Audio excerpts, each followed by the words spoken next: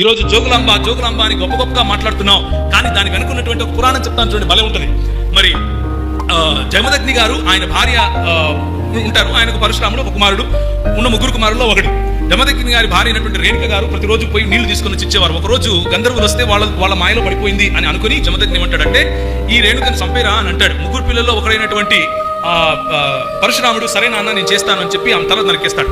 ఆమె తల నరికేసిన సమయంలో, సరే నా కొడుకు నా మాట విన్నాడు అని చెప్పి నేను నీకు వరాలు ఇస్తాను, చెప్పురా ఏం కావాలో అని అంటే, మా అమ్మ తిరిగి రావాలి అని అంటాడు. మీ అమ్మని తిరిగి రావాలి అని అంటే, మరి తలకాయ తీసుకొని వచ్చావు కదా, మొండెం ఏది అని అంటే, సరే నేను మొండెం తీసుకొని వచ్చిస్తాను నీకు అని చెప్పి ఒక శూద్ర జాతి స్త్రీ, ఒక అస్పృశ్యురాలు, దాసులు, దస్యులు, మ్లేచ్చులు అని ఎవరినైతే పిలిచారో, నల్లగా ఉంటారు, ఇంత బండగా ఉంటారు అని ఎవరినైతే పిలిచారో, ఒక అమ్మాయి, ఒక స్త్రీ అక్కడ నీళ్లు పట్టుకుంటూ ఉంటే వెళ్ళి దాన్ని తల నరకరా అని అంటే తల నరికాడు. అదే ఈ ఎల్లమ్మ.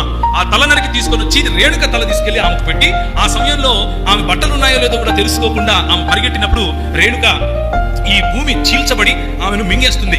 అలా నగ్నంగా పరిగెడితే భూమి మమ్మల్ని తీసుకుంటుందిరా, మిమ్మల్ని తీసుకుంటుందిరా, మిమ్మల్ని తీసుకుంటుందిరా అని చెవులలో రింగులు తిరిగేట్లుగా కొన్ని వేల సంవత్సరాలు చెప్పారు. కాబట్టి బట్టలిప్పిపోయి మనము ఆరాధన చేస్తే మనము స్వీకరింపబడతాం అని నేర్పించారు.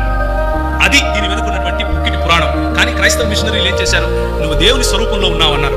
నువ్వు దేవుడు తన పోలికలో నిన్ను చేసుకున్నాడు అని చెప్పారు. నీకు బ్రతికే హక్కు ఉందని చెప్పారు.